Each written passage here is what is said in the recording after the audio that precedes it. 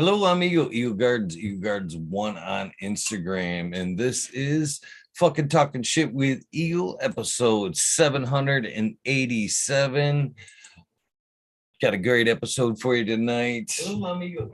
Other than that back going in the background, looking forward to this one. FullDuplex on Instagram. How you doing, my friend? You want to tell everybody where we can find you, and of course, how you doing this evening?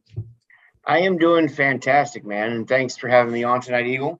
If you guys want to check me out, it is FullDuplex_AFN on Instagram or Gnome_automatics on Instagram. Those are both of my pages that we've got going on for the brand, and you can branch out there too. If you got a wild hair, you check out our website at gnomeautomatics.com. Give you a rundown of everything we've done, everything we're doing, and where to find us.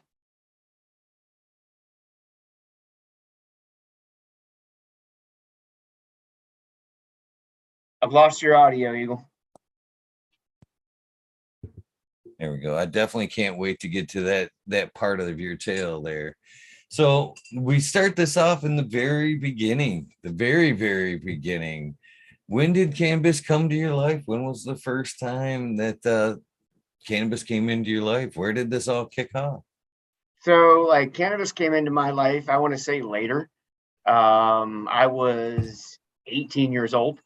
I lived in a very, and when I say conservative, I want to be more like restrictive household was my upbringing, so much so that no parties, no dances at school and stuff like that. I wasn't exposed to too much, was kept under a pretty tight leash, and then ventured off to college and had a roommate that was like, "Hey, got something you should try." I think it's a common, a common thing for a lot of people. And he brought out a couple joints. He's like, "It's gonna relax you. I think you're gonna enjoy this." And that was it. I fell in love with cannabis after that first joint. So at 18 years old, I have that first joint. I'm experiencing things that I'd never experienced before, and then we fast forward until I was about 24, 25. That's probably around that age time was when maybe 23 is when I grew my first plant. And then from there, things shifted for me. I got married for the first time, and during that marriage, I was fortunate enough to marry into a family that was very cannabis embracing, and that was in the deep South, like Alabama, deep South, where even to this day, it's very, very illegal, you know. And that's when I got introduced to growing. I got introduced to growing um, autoflowers at that point because we were looking for a way to grow some plants to kind of keep it low key and provide some medication to my ex mother-in-law who had stage 4 colorectal cancer. That's really what got me into growing, was providing medicine to her. My father-in-law at the time was taking some serious risks. He was like, "Bro, look, you got to stop. Like, you're gonna like we need you A to be here so she's taken care of, and B, we could do this ourselves. Like, we could really find a solution without putting everybody at like super major risks." And that's kind of how I got into the growing game. And autoflowers, we grew a couple photo periods at first, and somehow I came across a forum. It was IC Mag at the time. IC Mag, I came across people that were growing these autoflowers out of Spain, really grabbed my interest for the quick cycle and the quick turnaround. And that's basically where everything kind of launch padded for me. So that was back, I'm trying to think, in 2007, 2008. Really got into the breeding game around 2009. Well, not breeding game, but I started messing around with pollen and, males and females at that point. And then fast forward to where we're at today. It's awesome. So for you yourself, you obviously learned the medical side of cannabis very early on. So Yeah. was it rec for you? I mean, when did I guess it transition to, that first couple joints that made you feel real good to, the power of the medicine, being able to cure with it? I would say a couple years post that. I'm ADHD, diagnosed clinically by ADHD or with ADHD.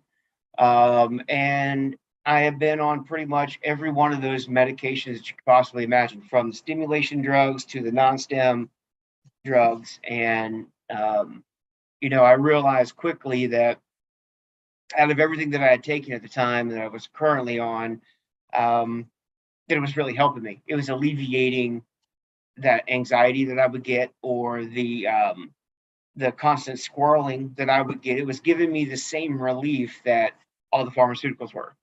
So, a couple years after that, once I graduated college, I'm in the workforce, I'm in corporate America. I realized that, the plants helping me more than the pharmaceuticals were. And I wasn't getting the ill-fated side effects. One of the big things that I experienced was the appetite fluctuation when it came to the pharmaceutical meds for ADHD.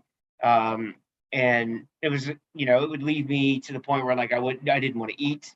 I had to remind myself to eat. And, cannabis obviously, it helps you remind yourself to eat. So I was able to maintain a healthy balance when I started using it for the ADHD. And then it also ailed me in my migraines. I get migraines too. And one of the earlier lines that I developed, and actually, I don't want to say I developed, that I helped pass to the American side of things from Spain, was GEM and the CBG aspect of it. A lot of people talk about THC, a lot of people talk about CBD, but like when we talk about other cannabinoids, there's CBG, and the CBG really helped alleviate the migraine issues that I had. And that's when I started branching out and trying to find different things to fix the ailments.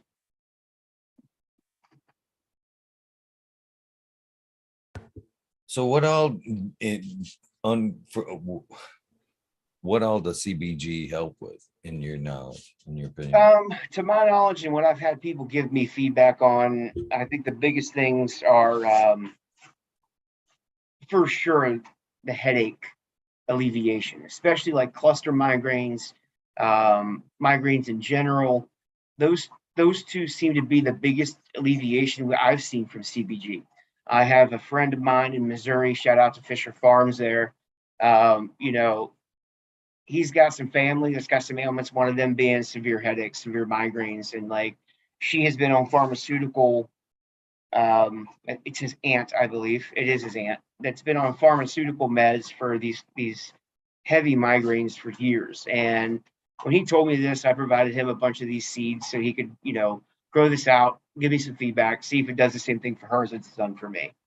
And as far as I know, it's been well over a year. She hasn't had to go back to the pharmaceutical medication for these migraines. It's alleviated the pain for her when they come on. Another thing is vasodilation is really good for, blood circulation type of deal. Circulatory issues that has been another report. But I think those two that I have found, of course, I can't put an FDA mark on that, or claim any kind of medical claims. But these are the things that people are reporting back to me as a benefit from the CBG. When you said it about the migraines, I instantly thought to myself, it must thin the blood or some kind of way, or maybe reducing some kind of inflammation in the blood flow or path. Yeah, there's definitely some anti-inflammatory effects to it, and it also like kind of increases the blood flow too, from what I understand, and I might be wrong, but like it just kind of gets everything worked back into our regulation. Kind of helps balance things back out. So what cultivars have you found it in? The biggest one that I have found it in is my gem. The gem is a very close relative to the original ruderalis. It doesn't get very big. It has a really quick turnaround time. And I've seen it in photo period too. There's another gentleman that I've worked with, and it's a good friend of mine, Seattle Chronic Seeds. He's worked with some CBG lines, so it's in the photo period side too. The biggest thing I think about it that's unique is it's a precursor to THC and CBD. So think of it as a stem cell. When CBG is being formed, it's usually in its highest concentration around week 5, week 6 of flower. And as you and I know, if we're talking about any kind of drug type cultivar, week 5, week 6 of flower, the THC and CBD isn't really potent at that point. And that's because it's being made up of the CBG. It's precursoring. It's going into the fact of which direction it wants to go. And as the plant matures, you usually get less and less CBG because it's turning into the THC and CBD. So, it's out there, and a lot of the cultivars, it's pretty much in all of the drug type cannabis, but it usually dissipates as the plant matures. So when you kind of, I've always wondered about how you get, that different percentage of, say, CBG in the reading. And is that just kind of from listening to you talk, is that kind of just from maybe younger trichomes within the bud? It's still carrying that heavy CBG in there, and it's just, they're still, growing and aging. Yeah.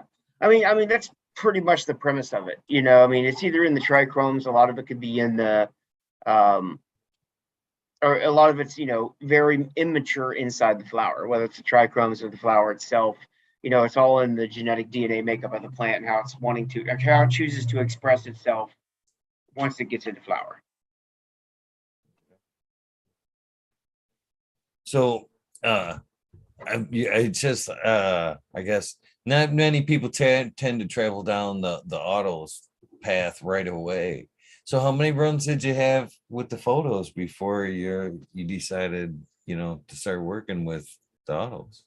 I understood it was like a time restriction thing that, make it a little bit easier, but was there an interest other than the time? Initially, it was strictly time and low odor, man. You know what I mean? Like, again, we'll go back. Like, I'm in Alabama. The last thing you want to do down there is get caught growing cannabis, because what they're going to do is they're going to throw you under the jail, throw the book on you. It's going to be a bad turnaround down there for you. And the quick turnaround, the low odor aspect back then was definitely a key point. And it was fascinating to me to kind of eliminate a step in the growing process. It's like, wait a minute. If I'm growing photoperiod, I got to grow it up to the age where it has to sex. I then got to identify the male and I got to identify the female. And then I've got to have this specific light schedule and control my environment, for this plant to produce any kind of flower for me. And with the added benefit of it being day neutral or not light sensitive and a smaller growing plant, I realized that, we could do this at a lower scale and still, reach the same end result. They weren't testing as high as they are today. That's for damn sure. You know what I mean? They were probably well below the, I would say 10% mark. You know what I'm saying? Like 7, 9, maybe 15% maximum back then. You're thinking 2007, 2008, 2009, that time frame. And I kind of got to laugh too. Side mark, I can see your pup there in the background. I'm fighting mine off here too. She's trying to get in camera, but she's constantly, she wants to play fetch. I got a 6-month-old puppy. It's crazy. But yeah, that's primarily where it came from for me, was the low odor, easy grow. If I wanted to at the time, I could grow these things in a solo cup, get some kind of decent yield, and didn't put myself, from what I thought, my standpoint, was a big risk. So which were the first ones you began to work with? The very first one I got was being sold by the company. Was it Lowrider? I think it was being sold underneath that company. I got the original packaging still. Like the first seeds I ever bought online were Attitude Seed Bank. And it was purple. I think they called it Purple Rider, but it was encompassed underneath the Lowrider brand. And those genetics weren't originally from that company. They were from a breeder by the name of Mossy. And it was initially the purple gem. The plant was supposed to be purple. That's what sold me. Saw this picture on Attitude. It's like, this is autoflower strain. It's done in 8 weeks. It's going to give you purple flowers. I was sold. Like, it made sense to me.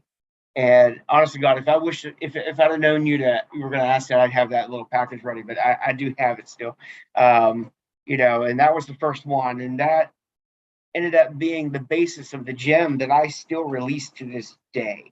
It led to a couple things for me. One, it led me to the path to meet the actual breeder from Spain, not in person, but online, and who then became my mentor as an autoflower breeder and how to bring, the autoflower trait out in dominance inside of photoperiod plants, and doing the hybridization correctly. So it opened up this massive like floodgate for me, for lack of a better term. I got to meet the person who made this, who helped me provide medicine to somebody I cared about, provide medicine to myself, and then eventually springboarded and mentored me into becoming the autoflower breeder that I've become to this day. That's awesome. That's awesome. Why do you, in your opinion, do people, still turn away from the idea of autos, I guess? I think it's this common stipulation that it's always been, of just lower potency. The dorm room plant. What I mean by the dorm room plant is like people just typically grow them in their closets or in tents and stuff like that, which is not the case. And we can talk about that down the road because farms are adopting them majorly. I think the stigma is really starting to go away. As gentlemen like myself and Night Owl and a few of the magic strains. I mean, there's a long list of guys that I have worked with, that I continue to work with, that are using them in breeding programs. But like all of that input has kind of really knocked that stigma down. So it's not as bad as it used to be. Honestly, I'm going to say it's probably better. It also didn't hurt that Jeff Lowenfels wrote a book about it, who is a very good author. I mean, you got teaming with microbes, teaming with fungi, teaming with soil. And he's got several different book series, and he dropped this one on autoflowers. It's starting to become more of a mainstream thing. Farms are using them in the capacity for like their early season harvest. A lot of the autos that I sell to farms are being used for extraction purposes. They're making some form of extract, maybe bubble, BHO, hash rosin. You pick your extract category, and a lot of these farms, CO2, you know alcohol extraction, it's being used quite across the board. So I would say the initial stigma was that they were low potent, but with the future hand and the help, they've worked out a lot, and they're starting to be bigger in your commercial scene these days. Right on.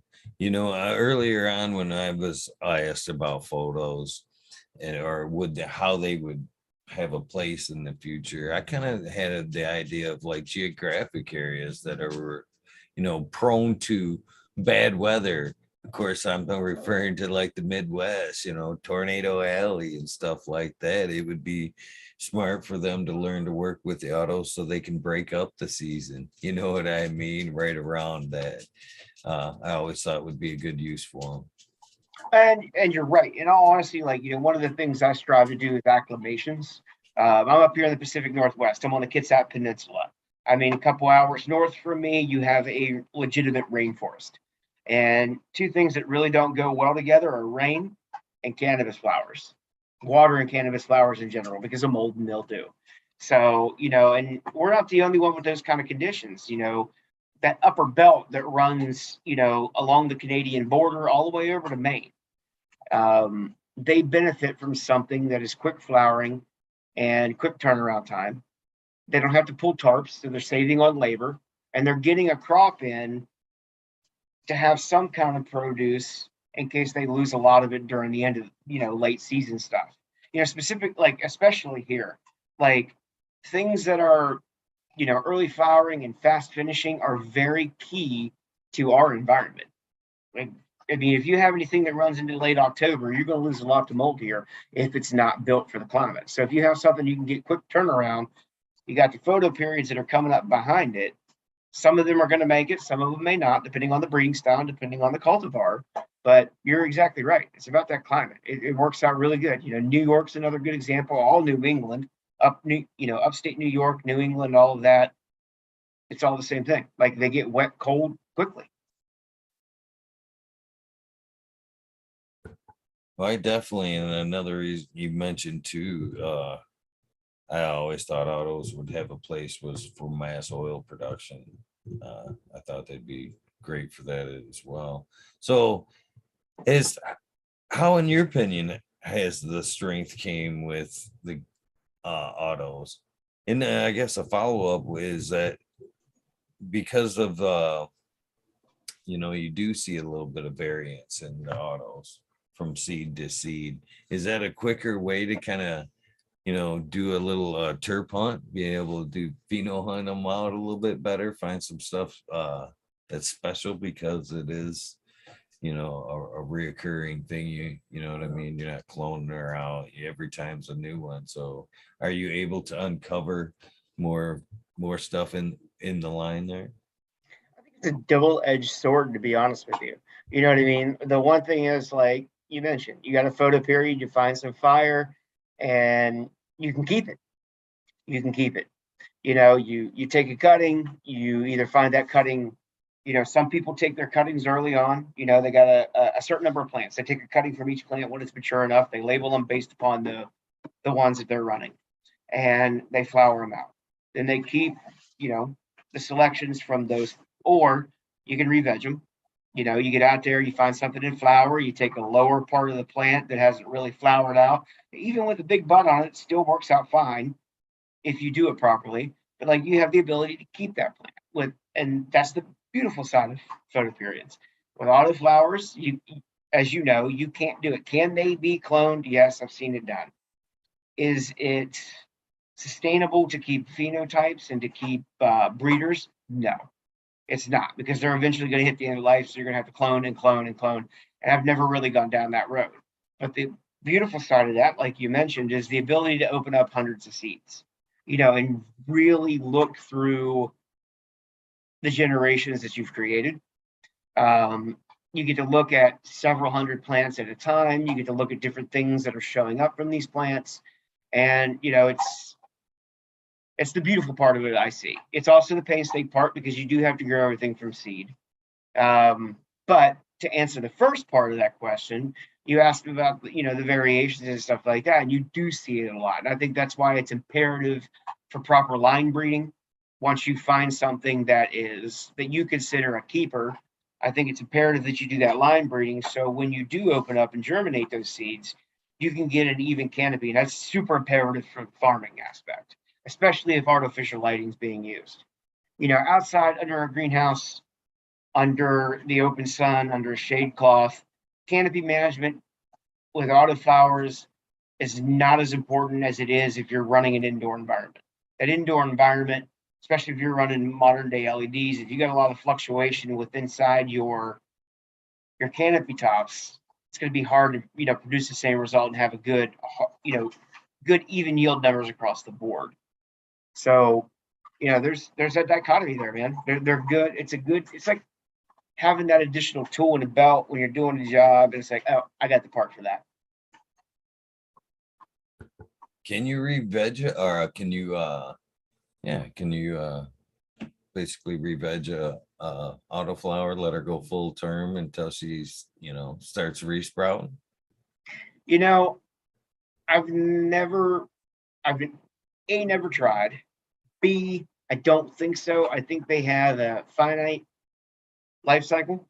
I do know autoflowers go into rhodolization a lot more often than photoperiods do.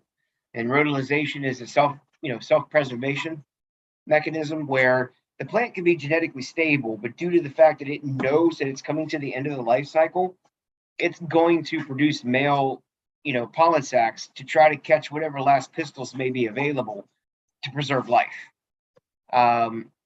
So I think if you do try to re-veg, you're going to run into that.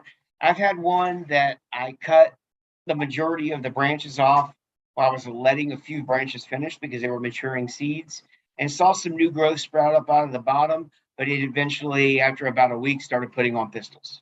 Like it was going back into that flowering cycle. So I don't know if it's possible. I've never messed with it, but I'd sure like to. I've got the space now. I might experiment in the future. So it's a good question. No, I've never really I've played with the idea of breeding with autos in my head. But that's as far as I'm not a breeder per se. I've had a few a lot of few, beautiful accidents. Last round was definitely intentional, but I've always wondered, where do you start with basically an auto line there? And I guess if you're working with a line, is it more critical that the male be on the photo side for repeatability, and then the mom's always the auto, or is it vice versa? How where do we start, if we, you know what I mean? Where does the magic start? I mean, the magic start. I mean, and people have different opinions on this too. Like in my breeding programs, I enjoy starting with traditional males and traditional females. There's nothing wrong with making all of your lines fem all the way up through the generations. People have had a lot of success with that. Um, you know, and that's fine. But like for me, and I think the easiest way, like if you want to make your own auto seeds, what I would suggest is finding some auto regs to start with. Find you a male, find you a female, because if both of those plants are auto flowering, there's a really, really strong chance that the next generation is going to be auto flowering as well. Obviously, if you buy feminized seeds, you're not going to have that opportunity. And then, honestly, on this note, it's funny to me. I got a Facebook group too. And one of the things that was floating through the Facebook group this past week, people were surprised that autoflowers had regular plants, meaning a male and a female. A lot of people think that autoflowers are feminized only, and that's just not the case. They're just not as readily available anymore as they used to be. So back to the point, if you want to make autoflower seeds on the first round, find an autoflower male, find an autoflower female, put them together. Your seeds are pretty much going to be all autoflower, because the majority of the guys who still put out regular autos, those lines have been worked F4, F5, which means 4 and 5 generations forward. As far as bringing photo periods into auto, I like to mix it up. I like both sides. One generation, I will primarily focus on the auto male, donating the pollen to the photo period female. The next generation, I'll reverse that. Just kind of bring it back and forth through. And those are my practices, just to keep diversity in the gene pool.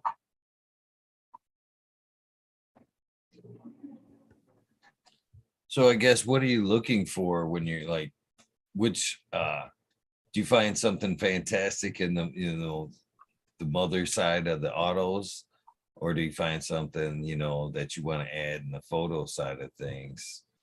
So that depends. Like if I'm working on a new line, if I'm going down, I'll talk about the one I'm working on right now. It's F3. The name of the strain is 304. It's based on the area code of West Virginia. It's where I was born and raised. It's where some of this magic happened underground. And so 304 is a hybridization of Green Source Gardens out of Oregon. They're pinkleberry. Okay, it's very well known for mold and mildew resistance, and that's the mother in the line, the initial mother. The father in that line was my coal miner's daughter. Again, another kick back to West Virginia, that produces really good hash, and was already known from my breeding selections up here to be mold mildew resistant. So I was looking for mold and mildew resistance from a photo parent that I already had, that I knew that I could work with in my auto flowering parent. So the first round that I did, I had pinkleberry, had 4 females. They were grown in a greenhouse under the sun out here, and they were introduced into a coal miner's daughter male. And that first generation produced some really nice offspring. We had some really good looking, and I found auto flowering in the F1, which is super rare.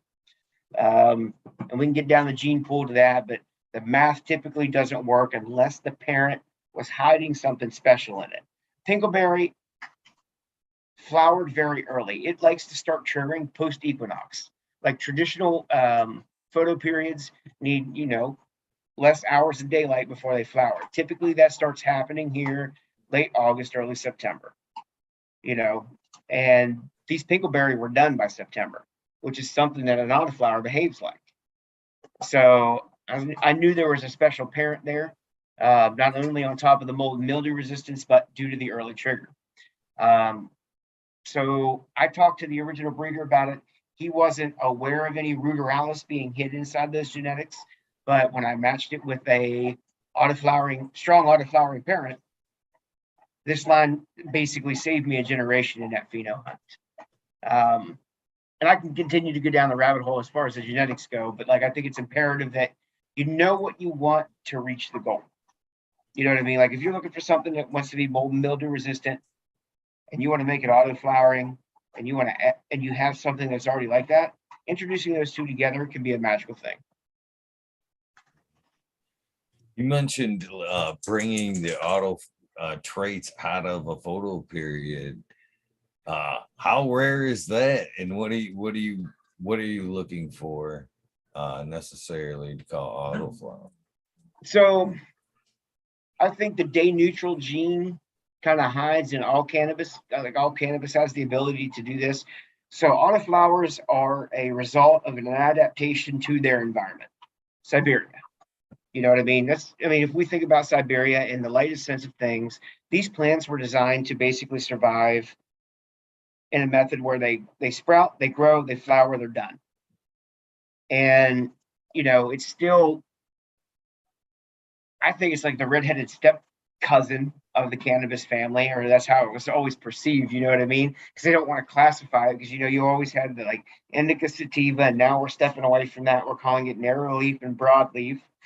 They kind of always wanted to leave ruderalis out of that, but I think it's always kind of hidden. And so I think some plants kind of carry it, and finding that genetic matchup kind of releases it. So I don't think you necessarily always bring the autoflower trait out of the photo period. I think you can bring photo period traits into an autoflowering form easier, if that makes sense.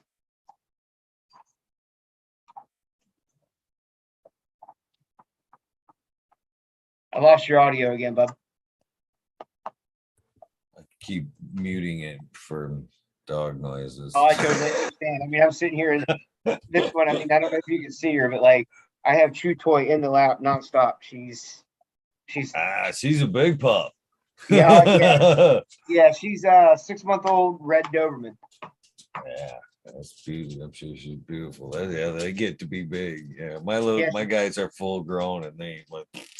Oh, I got one of them too. I got a 12-year-old Chihuahua, and she's like 7 pounds. You know what I mean? But I had another Doberman for 10 years, and I went a few months without one. It's hard not to have them. They're special. So, how many strains have you worked with, both auto and photos? Honestly, I can't list them all enough. I've been like, previous to coming to Washington, obviously my selection was very limited. It was down to the seeds that I had to buy and grow. Some of the earlier ones that I'll give a shout out to that I still love to this day is like Dynafem. Dynafem was one of the first photo period seeds that I ever purchased online. And their blue hash plant was actually the seed. And it changed my perspective on like what like true genetics were like outside of this, the photo periods I'm growing from bag seed back in the day. I didn't have access to seeds. We just grew whatever was, healthy looking in a bag. But now it's kind of opened up. Like I've worked with a plethora of stuff from everything from, traditional cuts from California to I got my hands on some Australian, like true Australian bastard cannabis from Thora, Australia through a friend. So, I've worked with stuff that's been a lot circulated to stateside, and I've even had the pleasure of growing some stuff that grows wild in Australia.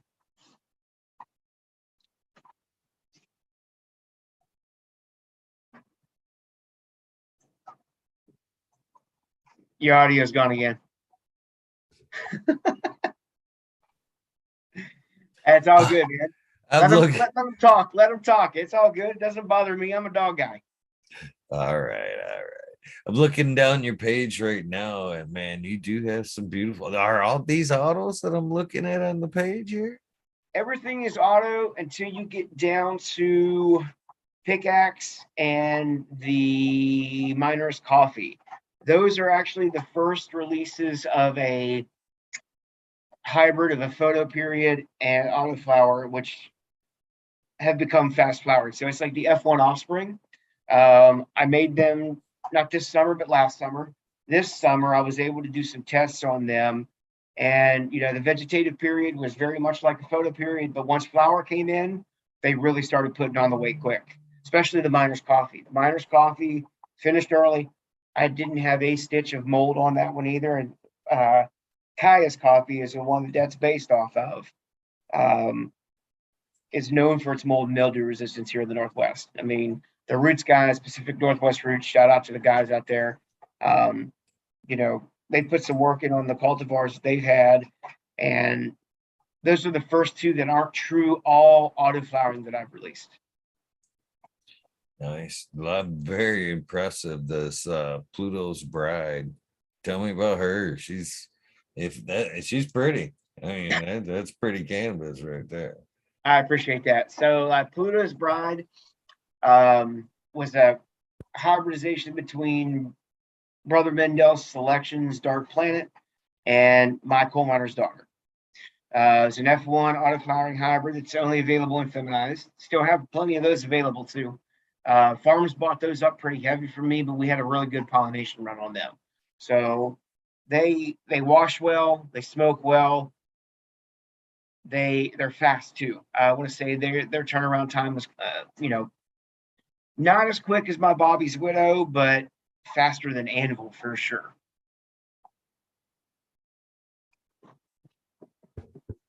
Definitely a frosty plant. That's for sure. Yeah.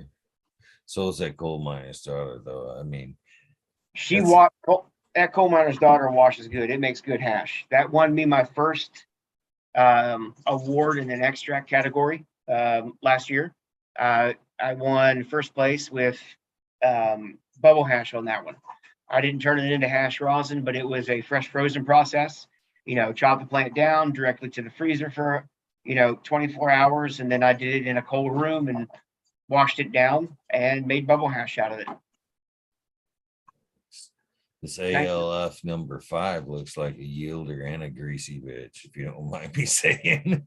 No, you're fine, man. By all means. So ALF number 5 stands for Afghan little fuck. A lot of people ask me what that ALF stands for. It's Afghan little fuck. And there's a lot of basis on a majority of my lines because of ALF number 5. ALF number 5 was ALF number 4 cross Bubba Kush, which was photo period, and then worked into an autoflowering line. I worked it up to F3 and then diversified the lines. From that, I continued with what I liked about ALF. I created Loki OG, which you'll see in the lineup there, and I created Anvil. And I think Anvil is my most, by far, popular strain that I have ever sold. I have sold more Anvil seeds than anything I've produced. And I've been selling it for the last 3-4 years, and people to this day still want it. She's purple. Is that what they want about the Anvil? Is that purple? That's a definite driving factor. It's the purple. It's the fact that when she washes for bubble, when I say washes, we'll refer to bubble hash. That way, I don't have, just so people know, she washes purple. So like when you pull the bags after the wash process, her hash heads, it's all purple. She is consistent. The plants all are similar, very homozygous. Like everything about them, when they come out, every seed looks the same. Like it's consistency across the board. That plant is at the 8th generation, which is F8. It's been selected for 8 generations for consistency. From F4 to F8, both male and female plants are purple, meaning that the male pollen sacs that were selected, or the male pollen sacs of the parents that were selected, were purple too. Everything about her was purple. She does run a bit longer, but she is a bigger plant. Very, very heavy sedative stone with that one, narcotic-like. She'll put you down. She's couch lock. Anything that's made, like any edibles made from that, will put you to sleep. Like I tried to fight it a couple times, but it usually puts you to sleep. So I think people like all those aspects of it. What does in your opinion, the perps bring to the table as far as cannabis goes, other than being pretty? Anthocyanins. You know what I mean? So anthocyanins are the same thing that make strawberries red, blueberries blue, blackberries black, purplish, whatever, And that anthocyanin is an antioxidant. It's a natural antioxidant. It's also, a lot of plants, when you put them through stress, may it be the light too close, too much UV, or cold temperatures, we see these purpling colors. There's a lot of factors that go into that. And one of them, I believe, is the protection of the plant with the antioxidants. The other side of it too is, it's a stress factor that's being introduced. I just think it's a plant's response to try to protect itself, and at the same time provide some kind of natural medicine for you. Quit. All right, that's enough. Like we, okay. Not you, the dog. So that's awesome. So I'd like to hear your reaction as far as what is it doing is in the plant, because it's obviously, moreover, you see that purpling. We've talked about this a lot too on the show, or anthocyanins and the purpling of the plant at least. What is it doing? Is it because when we see it, it's more towards the cold swing, though you do see it in like a darker purple, in my opinion, and an upswing. You know what I mean? Right. So how is it? When I've always kind of thought of it as like a warming factor. You know what I mean? Somehow or another, it's producing heat and turning purple, or protecting itself in that way. So what do you, in your opinion, was it doing? What is the purpling doing, as in protection of the plant? Because I kind of thought of it too, but I just didn't, can't figure out exactly how it's working. So we'll go back to the EBC, the Australian Bastard Cannabis. I grew a batch of that indoor underneath LED. Now, mind you, these seeds were sourced from the wild, as far as I've been told from the source, that these were wild sourced, landrace ABC seeds. And growing them under LED is completely unconventional for the way that plant's matured and the way that plant's adapted to its environment. And as they finished maturing, the top side, like a lot of them laid over, we'll say like, on a 45-ish angle, something like that, because, the weight, and they have a super thin stalk. But the tops of those flowers facing that LED turn purple. You could flip that bud 180 degrees and it was still green.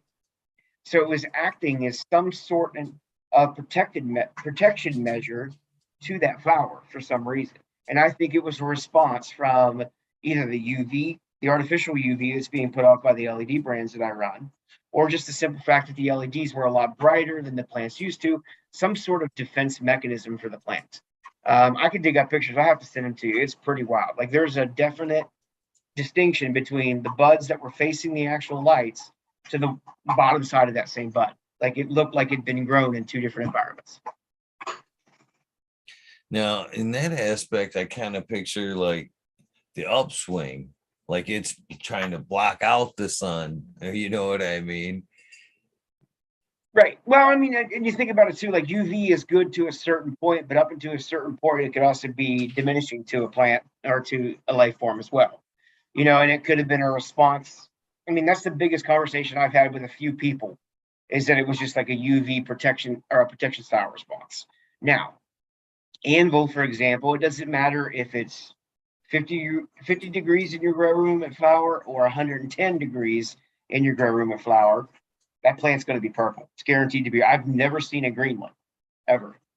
And that plant is going to be purple no matter what. That leads me to believe that some of it's genetic too, just like blueberries, man. When you buy a blueberry plant, that you're pretty much guaranteed to have blueberries on that plant. As far as you mentioning it having a lot of antioxidants in it, that sparks a little aha in me, because the more I've kind of been looking into cannabis as a medicine, I'm finding that the way we actually use it for medicine could probably be the least effective, where, you know what I mean, we should be using it more in its natural form, like juicing and stuff like that, uh and be getting more benefits out of it. And what if antioxidants are one of those things, you know, our superfoods, we look at our superfoods. Right. So why not have, it seems like it could be a good uh natural use plant, you know what I mean, to I just do. consume before processing, I guess. Right. I mean, there's got to be a way. I mean, those antioxidants are showing up for some reason. It's just like there's a lot about the plant that we still don't understand, and we're finding out more and more stuff every day. Um, you know, Again, when it washes, it makes a very purple water. And I enjoy tasting that water because it's clean. It's not coming from anything dirty. So I like to taste like the water wash that it produces, and it's kind of settled the stomach for me at times and stuff. Like I think I think there is definitely a depth of use that we haven't encroached upon yet.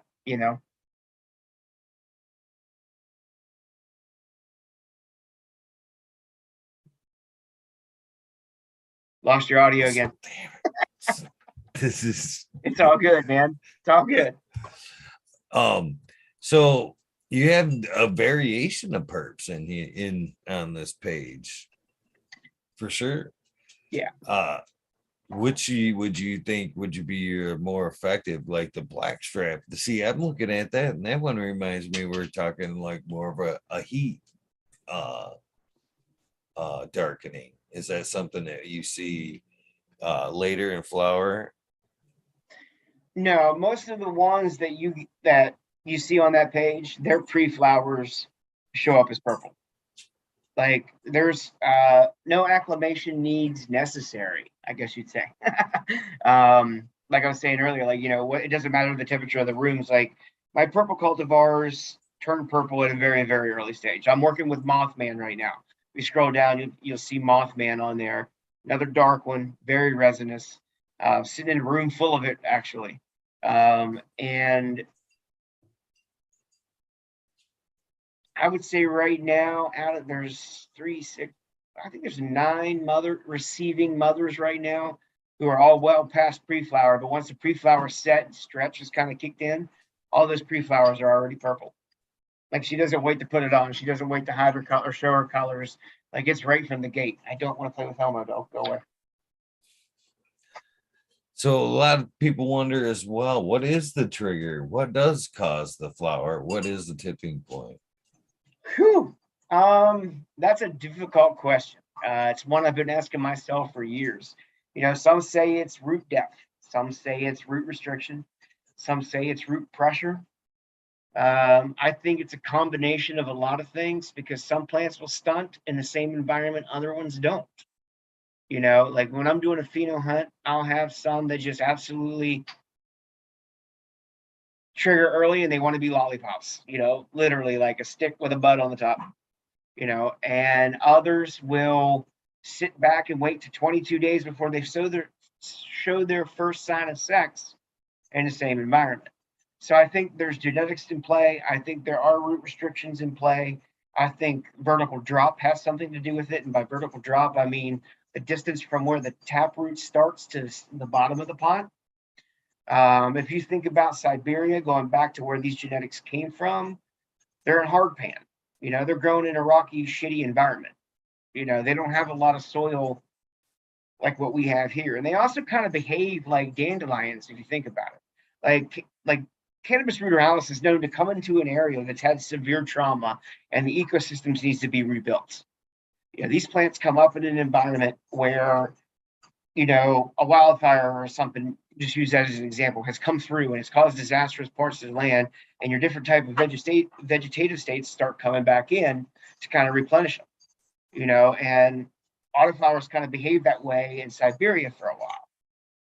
And so I think there's a massive influence on the elements of it. Modern day autoflowers, I think people are actually starting to breed against the trauma, meaning isolating plants that have been either transplanted or started in small pots or whatever the like adversary, like bad news bearers of growing autos is. to try to avoid that. And I think we're seeing more and more resilient to the root trauma myth, is what I'm trying to say. So at the end of it, I'm really not sure what the trigger is, other than the fact that I think it's genetic. I just don't think it's associated with as many things as we once thought it was.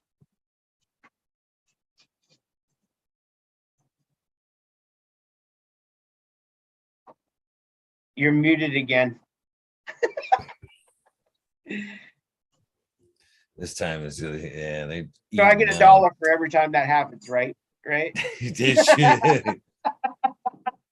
I'm kidding. So is it possible, you know, one thing that we don't see a whole lot of, and I think that's going to be something you'll see here in the very future, in the craft market side of things, it's going to be one of the only things I see kind of leveling out the playing field a little bit, because even myself, I've always argued against the long flower sativas. You know what I mean? And with a business mind sense, you can always flip, you know, an average photo twice. You know, I don't think I have to explain the math to you at all. Right.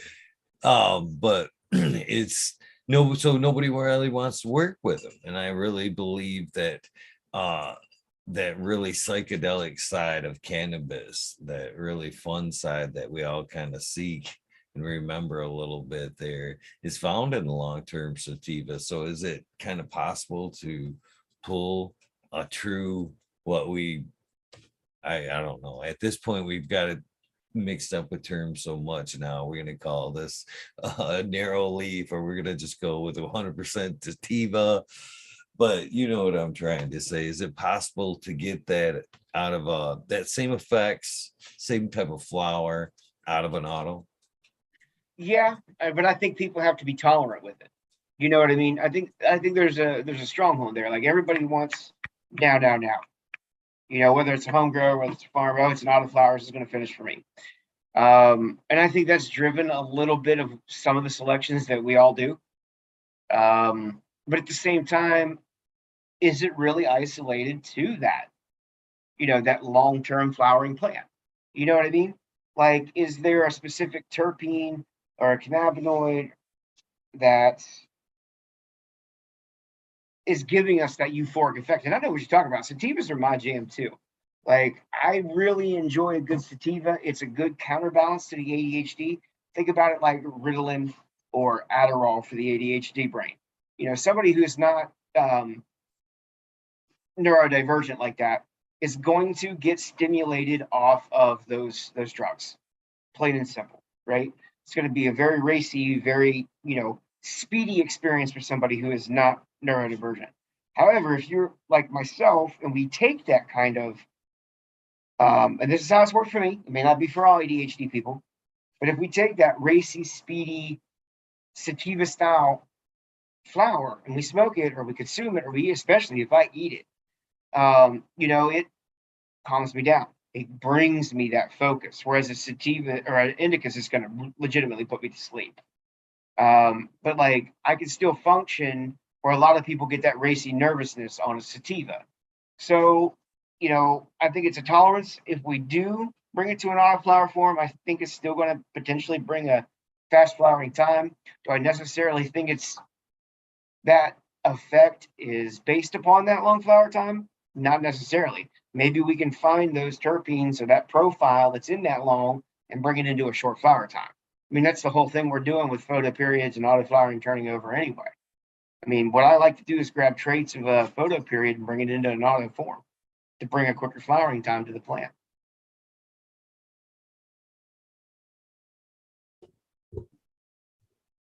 So I guess I come again, I guess, with the breeding techniques like that. When you're looking for more bud structure and stuff like that, obviously you're taking, I say obviously, like I already know the answer, fuck it. Are you hitting like a large bud female, or you know what I mean? The nice structure, are you hitting that with the auto male? I mean, there's there's several facets in like what I'm looking for. You know, obviously yield is on a lot of people's, mental fronts. Like big flower means big yield, and big yield means money. Or a plant that's frosty, super frosty, lots of frosty means good washes, which means money. There's a lot of translations and things that people look at. Myself personally, I think in the early stages, the F1, F2, I look for compatibility. Plants that are going to behave the same in the same structure, that they're going to be environmentally stable to the region that I'm growing in, I guess is my first phase. My second phase is looking for the autoflower traits that are carrying through, that are also carrying the parental traits of the stability in the environment and phenotypical expression. And what I mean by that is how the plant is looking. At F2, I start looking at, the way the plant looks. I think cannabis is beautiful by nature. It's a very unique plant. To watch something go from these two rounded leaves that crack the seed open to stems and leaves and then produce a flower. And anesthetically at F2, I start looking for what is the beautiful representation of that. F3, I look for, a kind of meld of those three, and I'm looking for stability across the sex side. Because, cannabis has the ability to be intersex. It's one of the very few plants on the planet that has a male and female plant. And that's all, just for the folks out there who missed it earlier, that's in all cannabis. Autoflowers are not feminized only, and those are kind of the foundations I start looking for. And if I get into any two more, I'm not going to give away too much of my, my thought process. I want to kind of keep that not proprietary. I mean, I do share a lot about what I do and how I do it, but there's some things I start looking at first. That's cool with me. Actually, as far as like the word proprietary, I have become an advocating very much so for proprietary in genetics, flat out. I feel that every breeder I've kind of talked to about this is like right off the bat, they're like, it'll never sell. It'll never sell. And I'm like, well, not in the beginning, maybe not, but I'm asking all the breeders to, build on merit. You know what I mean? Right.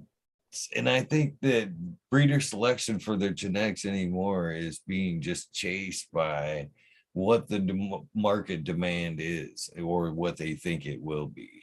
And I think it's really starting to bland out. I'm seeing it firsthand, in competitions. I'm not seeing that wow factor. It's like once in a while you might get a good terp here and there, but overall smokability, the taste has kind of really become bland overall, I think. And I think that's because of the market changing, um, trying to cater to the consumer versus cater to the overall vision of the breeder. And so oh, go ahead. I'm kind of really hoping that, if they keep it proprietary, now we're standing because, I'm a craftsman. You know what I mean? I'm Right. I'm not a breeder. I'm a hell of a grower. But when I build something, I make something, I want to stand by my finished product. And every time I've done a lot of cooking over the years too. And I did a lot of that myself. so so that's kind of the same thing when I see somebody hit a joint, and rather than bask in the omniscience of that cultivar, this is so good, you know what I mean, and rather dive deep into that breeder's work or vision or whatever, it's always what's in this. You know what I mean? And it's like almost like insulting to me, you know what I mean? When you brought somebody a meal, their first reaction wouldn't be, yeah, what's the spices in this? You know what I mean? What's your secret recipe? And I just wish overall, you'd be breeding towards something you're proud of, and something that is not only, you're proud of, but it has a purpose. You know what I mean? That you want to stand by at the end. I do. I completely understand where you're coming from in that aspect. It's some kind of like, I was once told, like, you can share enough, but like you're the chef. Like, what exactly you're looking for to get to that end result. Like, it could have this certain amount of spices, and this is the average amount that you should put in per teaspoon and whatever input. But only really the chef that knows how to make that award-winning dish. And I'm using award-winning as a loose term to describe like the end result, is by tasting it and doing it as you go along. I think that there is a respect. Like, every time that I want to work with somebody else's gear, I always reach out.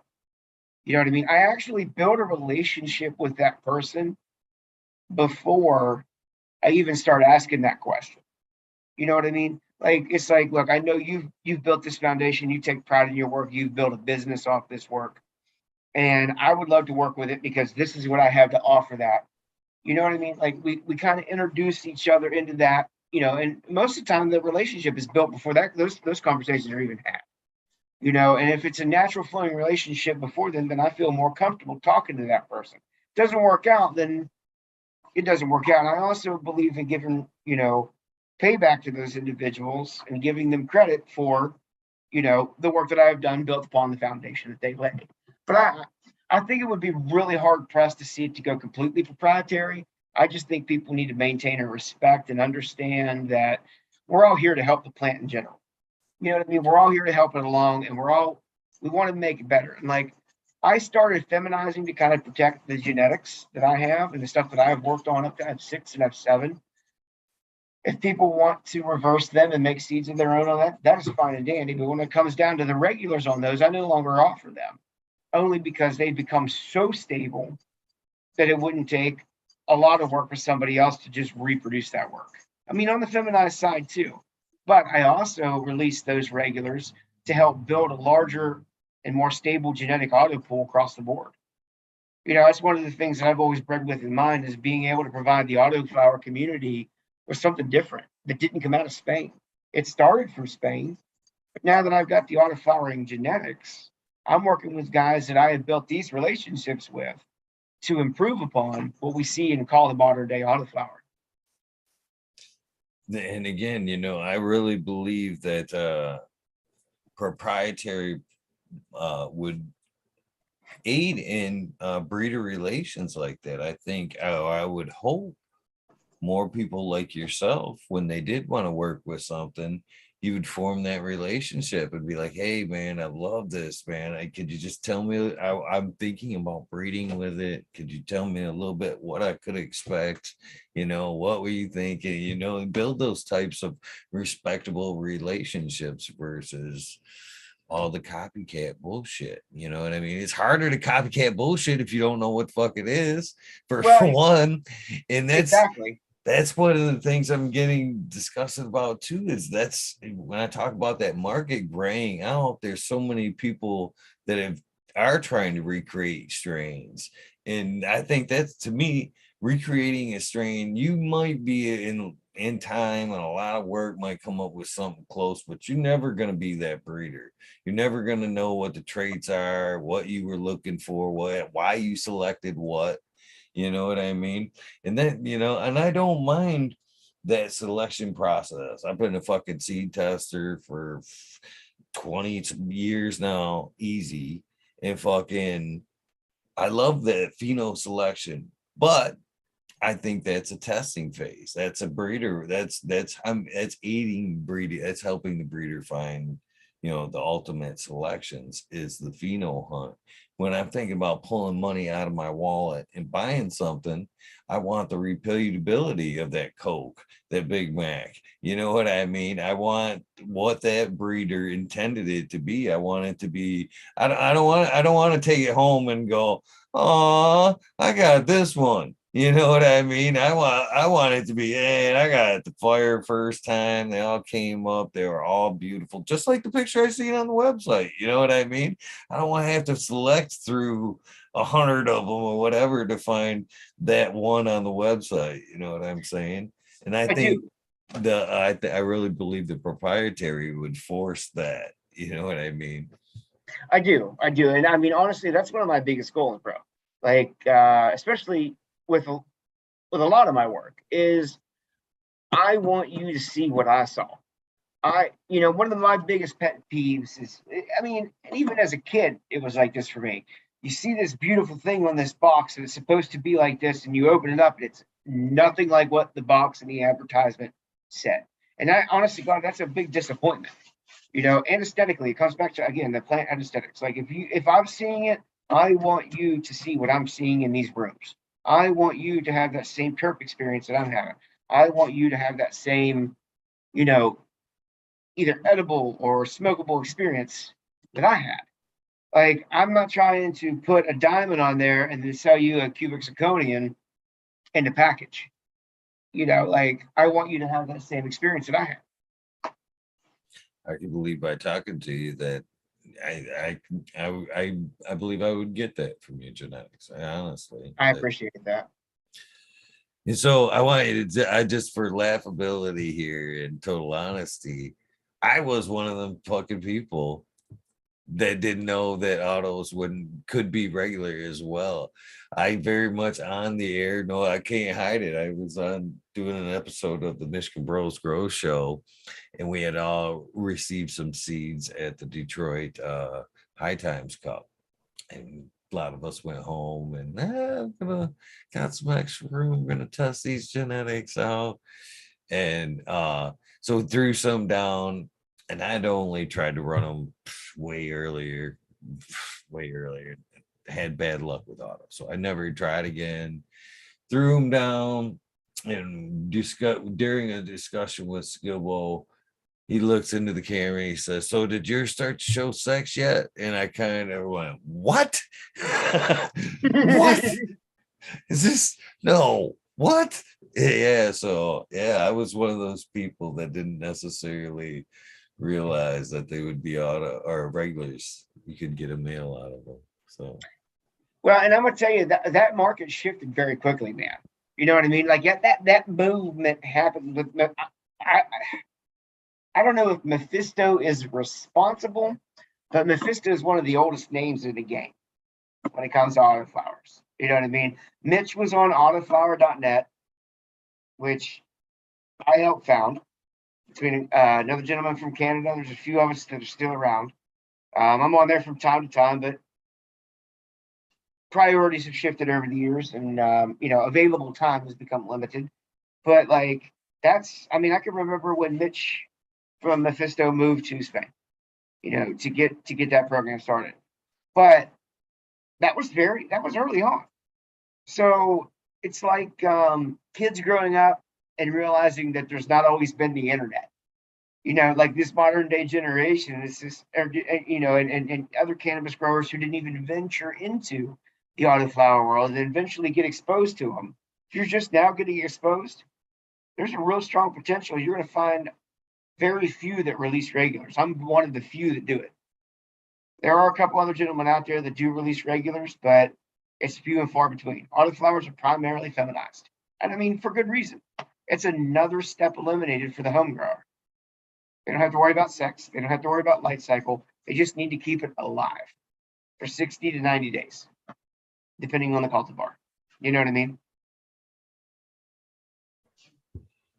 So we talked about triggers and all that good stuff. What is your best? I mean, walk us through your suggested method to grow one of your autos. So I'll keep this very straightforward and basic. If you purchase my gear, they are very fresh seed. There's no need to soak. There's no need to do an H2O2 and an O2 solution, so water to hydrogen peroxide solution. You don't need to do that. You shouldn't need to scuff them, and you won't need to pre-crack them. In all reality, these seeds are fresh. They've been dried and they've been cured to the point where you can literally plant them a 1/4 inch deep in your soil and they will germinate. So with that said, you buy my gear, 2-gallon pot, for example here. You get the gear to the house, you fill your pot up with soil, 2 gallons.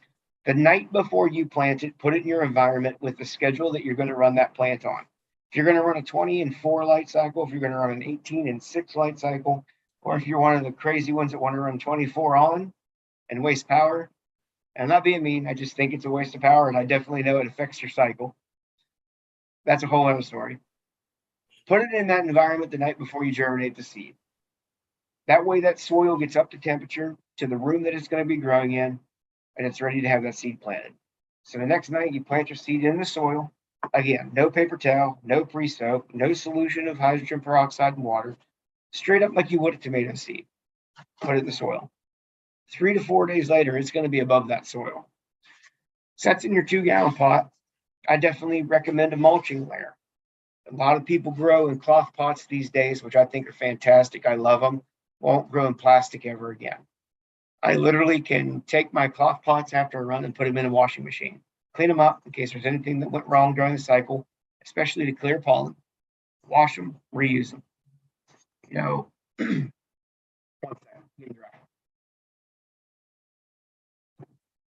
know, adequate light is going to help. Modern day LED are going to be your best solution for your home grower. If you're a commercial grower, go with what you already have. Like, I don't have any specifications for a commercial grower, but I think we're talking to a lot of home growers these days when it comes to autos still. But, adequate lighting, a good pot, good soil, germinate them in the pot and keep the pot from drying out. The mulching layer is very important, especially in the first week. If you can keep that top 2 inches of soil moist at all times, you'll have a lot of success with autos. And I don't care what pot, size gallon pot you're growing in. That top few inches of soil over the first week is imperative.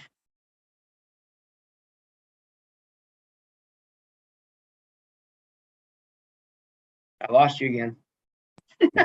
It's a good thing that I'm not giving out dollars tonight. This would be getting expensive by now. So how have the yields changed over the years? I mean, what is average, I guess, in the system that you just described? What would, in a perfect scenario, I guess? Perfect scenario, several ounces, especially in a 2-gallon pot, cloth pot, good food schedule. A lot of people feed synthetics, which is fine. I'm an organic guy. I grow in water only. My grow cycles are nothing but water the entire time. Not even cow mag. Everything that I do is primarily in the soil that I use. I use Bio 365. I amend it with down to earth fertilizers. I use BioFish, BioLive, and All Purpose are the 3 that I use that I mix into Bio 365's Bio All. I can grow start to finish, fantastic flowers, great yields, nice density, all the way through with nothing but water. But if you're, and that gives me in a 2-gallon pot, to answer your question, anywhere between 4 to 6 ounces per plant. Feeding synthetics in that same environment with that soil mix, the yield's going to be larger. It's like steroids. You know what I mean? 1 second. She's tearing up a pot. Hey, wait. No, ma'am. No, ma'am.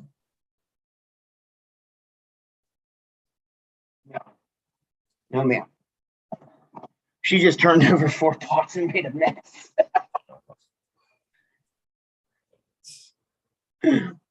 It's all good, though. That's why we grow in concrete. I'm sure you know a guy with some seeds.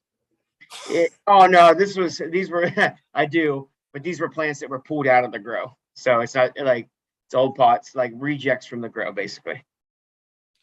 Endeavor in chat wants to know, and I'm going to alter the question a little bit. He's asking recommended spacing. So I guess if you had a bed, you know what I mean, 4x4 bed, most size grow tent. Well, what would be the ideal spacing for the autos? So if you got a 4x4 bed, say it's in a 4x4 grow tent, I would put one every 16, 18 inches. I think I'm looking at mine right now. Look at the spacing that I've got going on. I don't have a bed, but that's the thing about beds. They're going to get big. I wouldn't go any closer than a foot at the minimum. So my personal question would be, what's up, Lefty Farm? Why not the 24? Um, Calvin cycle, backside to photosynthesis. There are things in chemical and sugar exchanges that happen when a plant goes to sleep that, I mean, they happen with the autoflower on a 24-hour light cycle, but not in like the magnitude that they're used to. It's unnatural. You know what I mean? It's an unnatural cycle, and it's also a massive waste of power. The only benefit, I mean, I didn't really. I've done the tests, and I did see an uptick in yields on 20 on 4 off over 18 at 6, but I didn't see any kind of increase going 24 hours on stop. A lot of people preach it. I've been growing in 18.6 and 20 and 4 pretty much since the start. Like I've never gone to the 24-hour cycle. Save yourself some money and just, I mean, shut them off for a couple hours at least. I mean, if you feel like you want to crank it, run it 22 and 2. You know what I mean? But give that plant a chance to rest. DLI intervals could be affected. There's a lot of things that really can shift if you don't give that plant rest. I agree. I usually run in the past and still probably will at some point, a 24-hour veg just for my convenience. But I Oh, have heard that. definitely have noticed it under difference under LADs. They didn't, when I switched from the T5 type veg area for the smalls and mediums and switched them out with some LEDs right there. I found right quick they didn't like that constant 24-hour. They started, doing a little bit of lockout in some phases. Some cultivars just didn't like it. And then as time progressed, I had on a gentleman who was just like coincidentally on the other day, Joe Pietri, and he's always been kind of known other than for hash, but he's kind of preached the 12 and 1, he calls it, where you're dialing your light cycle back to in veg 12 on, 5.5 off, a single hour on, 5.5 off to break it up, and actually running 8 hours. He's tried to suggest 6 to 8 hours is all the flowering time should be.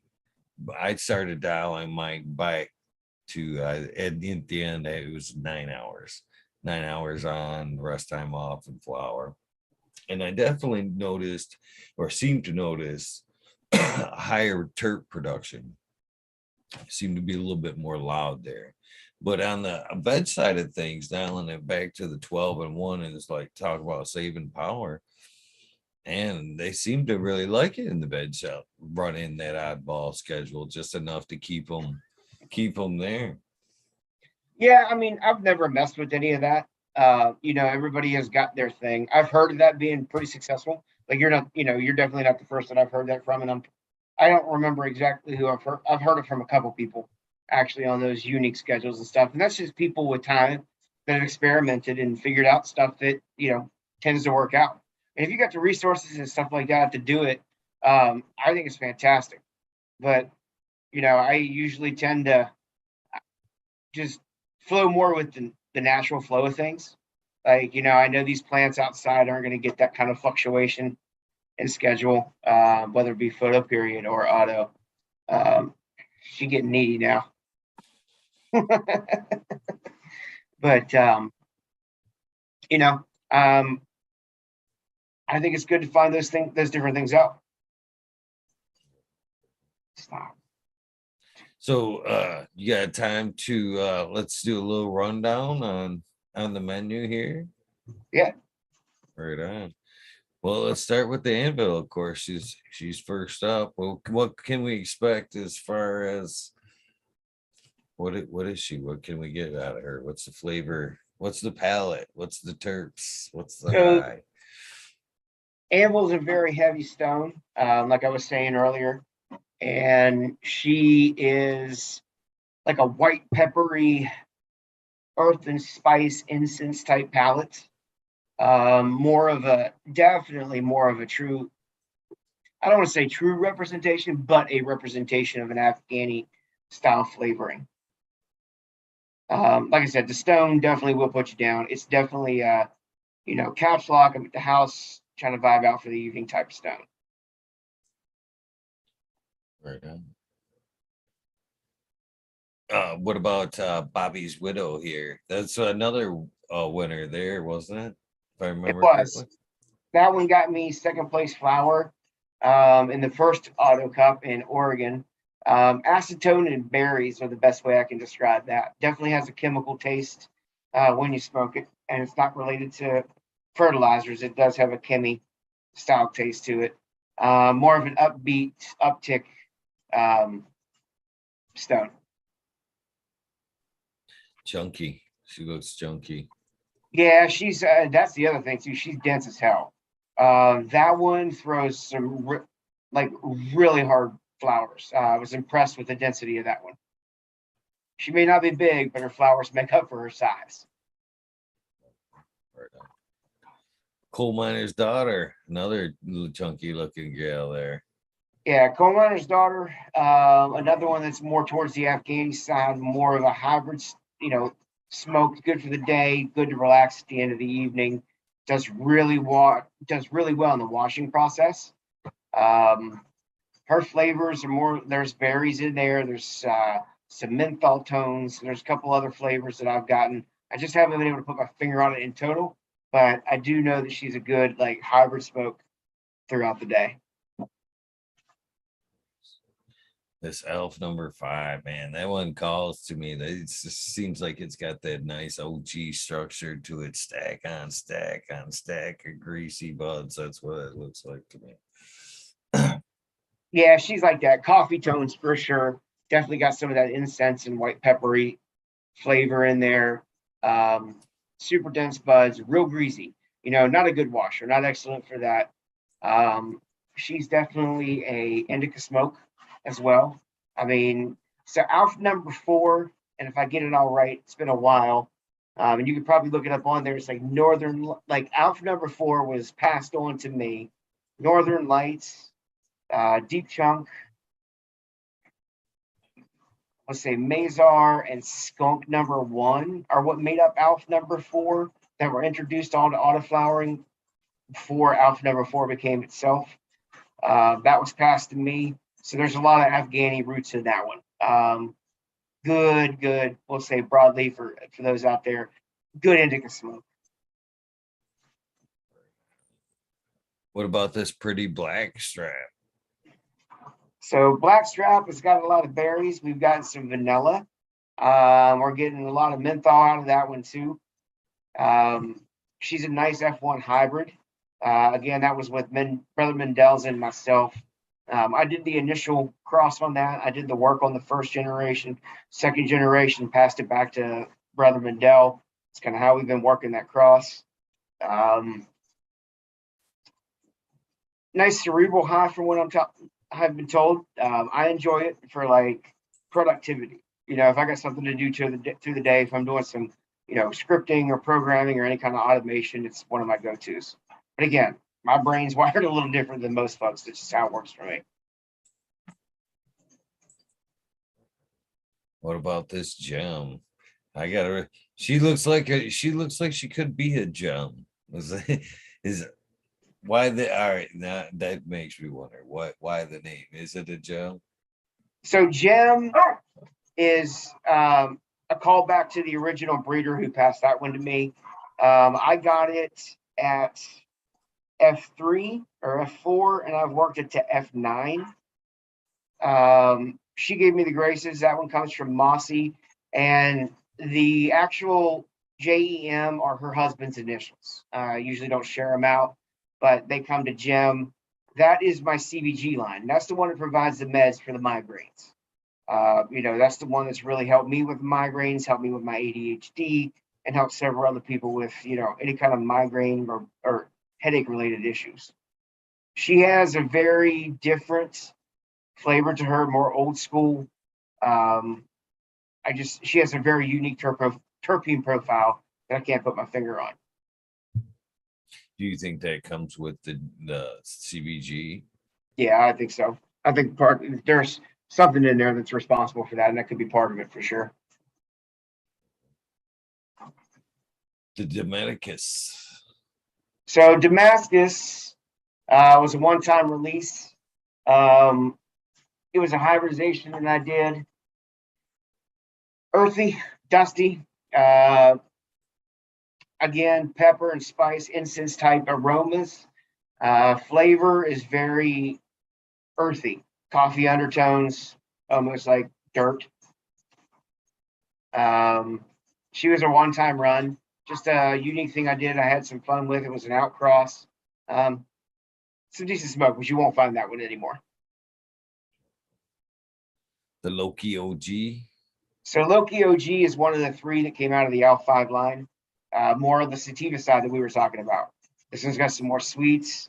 It's got a more licorice feel to it, as far as like when you smell it or taste it. Very sweet on the inhale and exhale. She's been put on ice for a few years. Not saying she's not coming back, but she's not available right now. The Forge. The Forge is my best representation of Durban terps. So the Forge was a true Durban poison that I had. If you look way back in the profile, you'll see the mom very extremely narrow leaf plant. Also hated LED, hated anything I did to that thing indoor. It was locking out, like you were talking about earlier, locking out, like completely volatile to an indoor environment. As soon as I put it under the sun, mom took off. Like it was like nothing had ever happened. So that's my best representation of like Durban terps with Durban high. It brings the biomass from the farms that have grown it and people that I've seen grown it. It produces like anywhere between like beer can to football sized buds. Get out of there. Sorry. So do you think that's a trade-off with THC biomass? I mean, there's obviously the awesome taste, but a terp profile there. But do you think there's a trade-off as far as THC production in them larger coffee can size buds? I think yes and no. I mean, I think some of those larger coffee can buds can produce some great numbers in the THC range, but I do think there is some initial trade-off in the gene pool. I think you can only get so much in one bucket. And I think that's why you're talking about earlier how everything's kind of like bland because everything's being bred with everything right now, like all the hype. Well, I guess now that we're talking about it, because we talked about it earlier about the CBG, that's kind of in my mind when I spoke of like younger trichomes stuck at that phase, you know what I mean? That's Right. kind of the bud structure I envision in my head, to where she's just so fat and still producing from the inside out, you know what I mean? That you have a little bit smaller trichomes in that phase where they could be more CBG enriched. Right. That's It goes back to the maturity rates. You know what I mean? Like like we see it when we grow a regular plant anyway, whether it's just the flowers on top or we see the big buds, you know, producing. They got that internal that they're still trying to finish to the bottom branches. Our tops are going to finish way below the bottom. So I think it's the plant's constantly developing.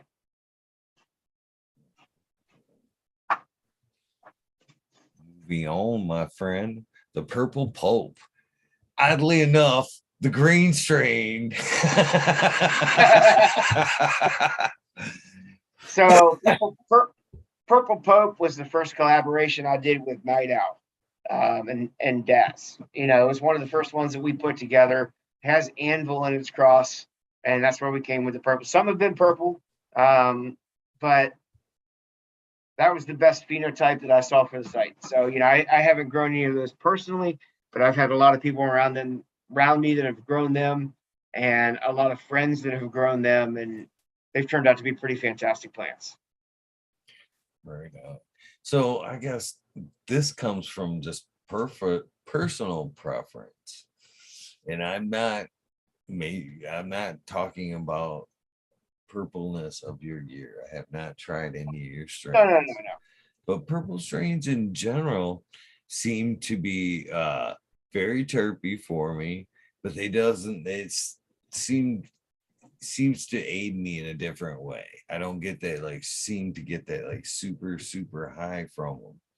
But now a green pheno of a known purple strain gets me like so much anxiety. I can't figure out why the green of a, you know what I mean? Why the green pheno of a purple strain gets me so racy.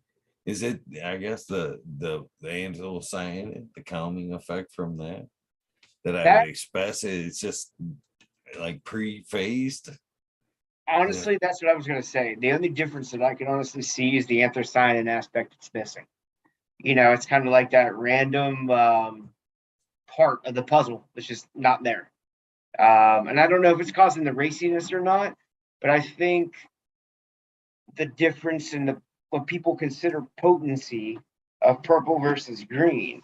I think the anthocyanins kind of acts like if I've ever gotten too violently high, I'll be honest with you, like I've gotten to the point where I'm like, okay, this is bad.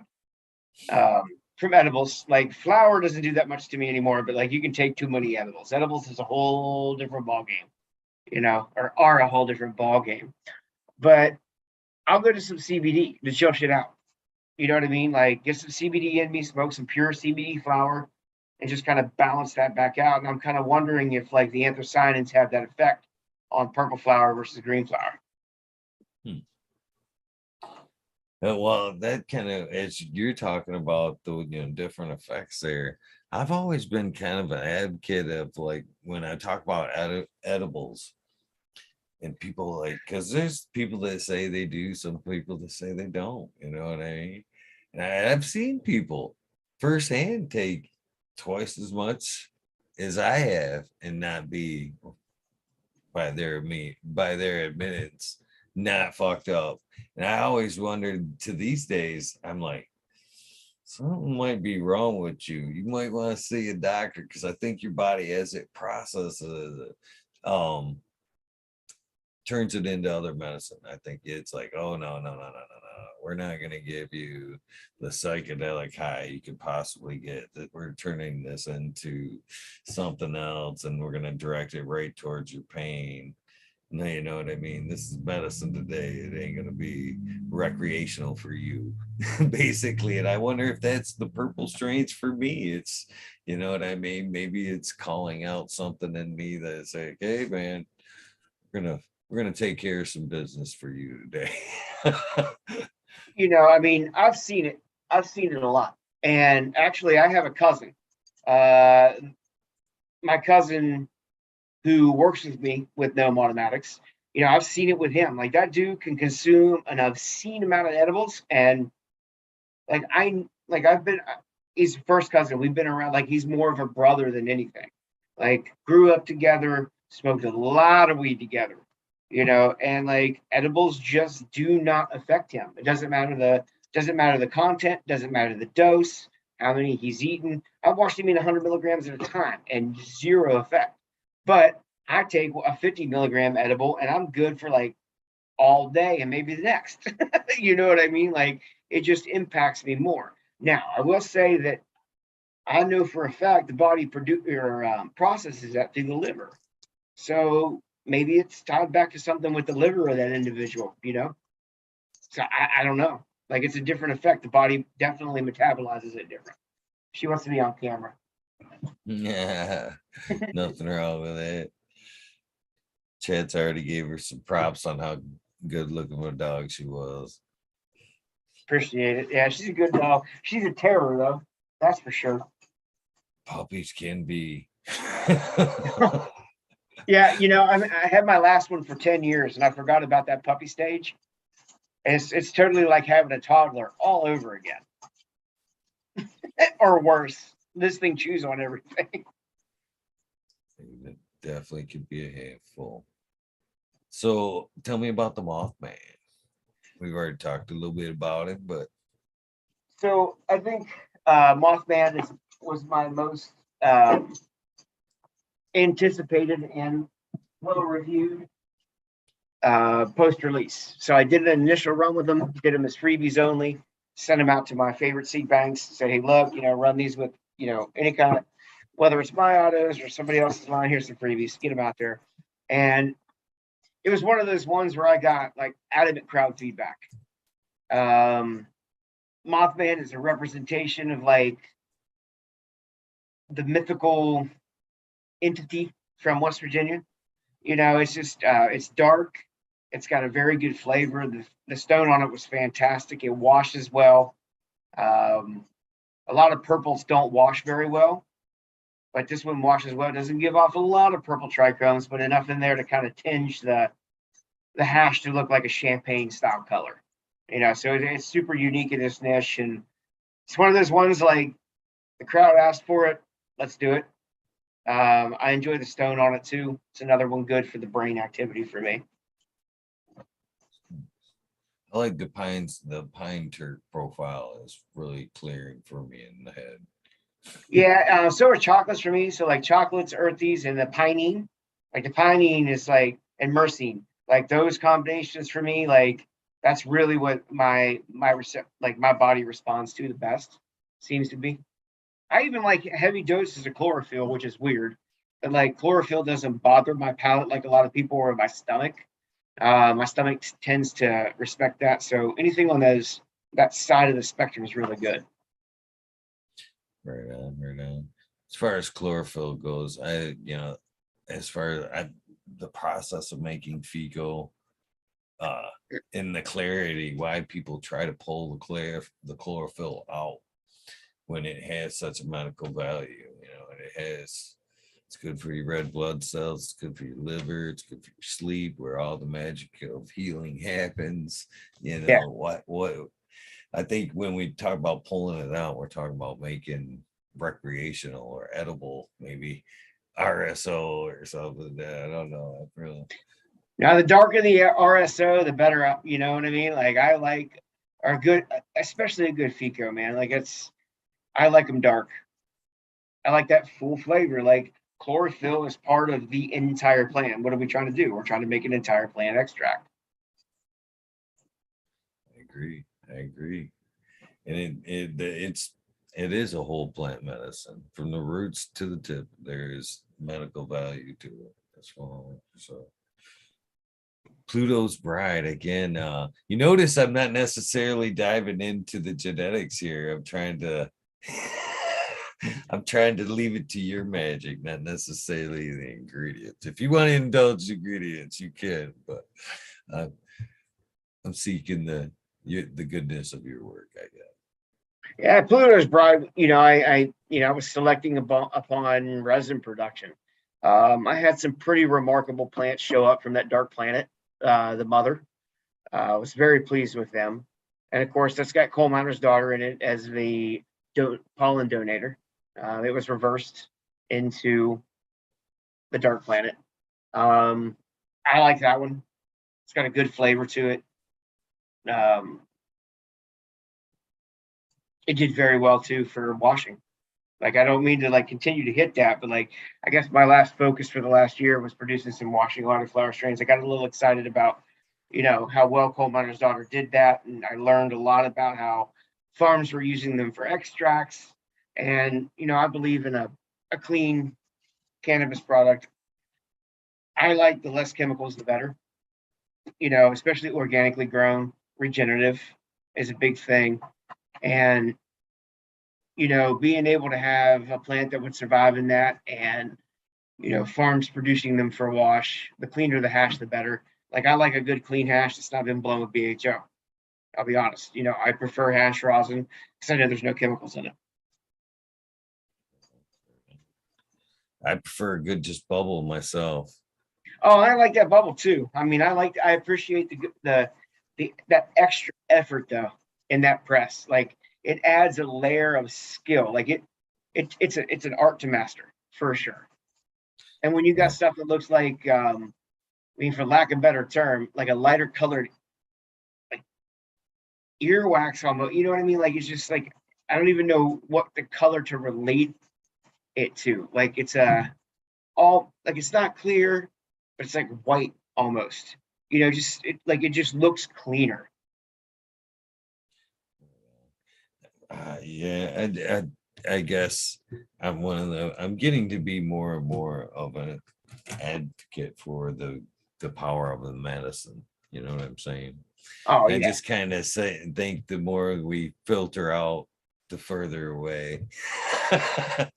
Oh no, I get it. No, and I was talking to a friend the other night. I think a lot of times when we go to that purer form, we're missing a lot of the additional benefits. We're removing a lot of the additional benefits of the plant. As we're isolating that down. Like I I prefer my flower to be between, and this is gone on the street, between 15 and 20% THC. Because anything above that for me is just, it doesn't matter what it is, what brand it is, how it tested, it spins me out. There's an aspect missing. It doesn't feel as full bodied as I'd like. Like especially shit that's in the 30%. I think it's great that there's 30%. I think it's awesome to see that. Sometimes I just feel that there's some things missing in that 30%. Especially if I, we start talking like extracts that are like 89 and 90. Like there's parts that are missing.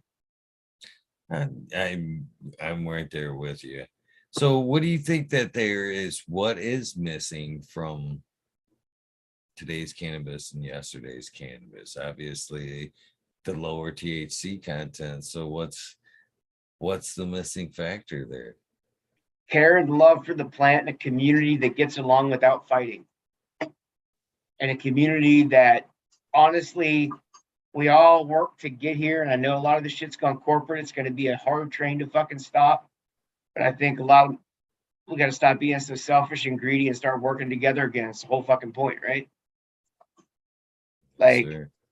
I mean, I don't know what else to say, but other than that, like, I know that might sound crazy and not what you expected, but like, we can bitch about the corporate takeover or we can work together to make sure it stays craft. In some aspects, I can really appreciate that because I believe that craft growing is that relationship with the plant. That vibe, that love you give it, the individual attention. And I think maybe so back, I just dropped my joint. Back when yesteryear type cannabis, I think there's multiple factors to that though.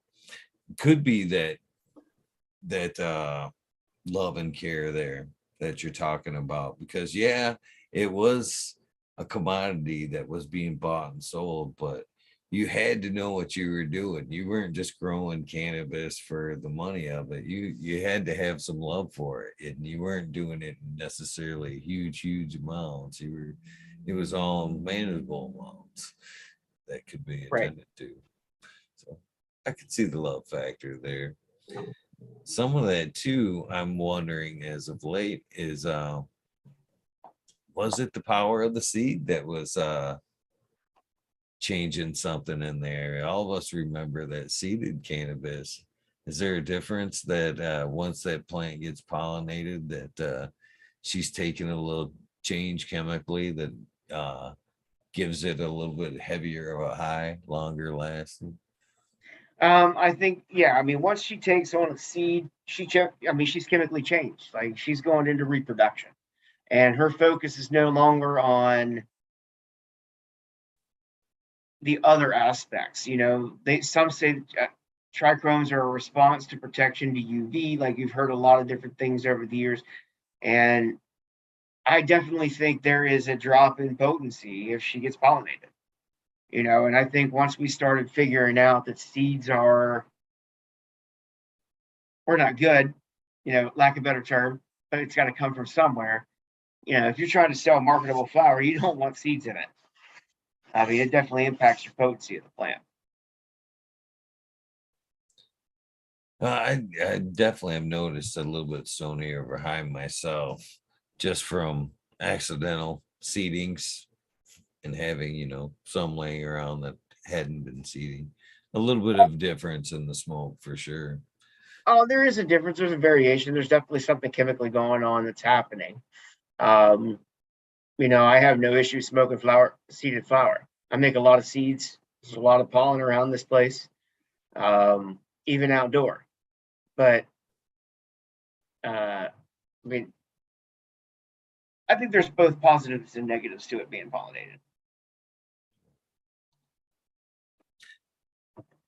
So do you ever see a limit in what you'll ever produce? You've already got it. I mean, we haven't. I seen you when I asked you about Pluto's Bride. You're like, oh shit, there's a lot left.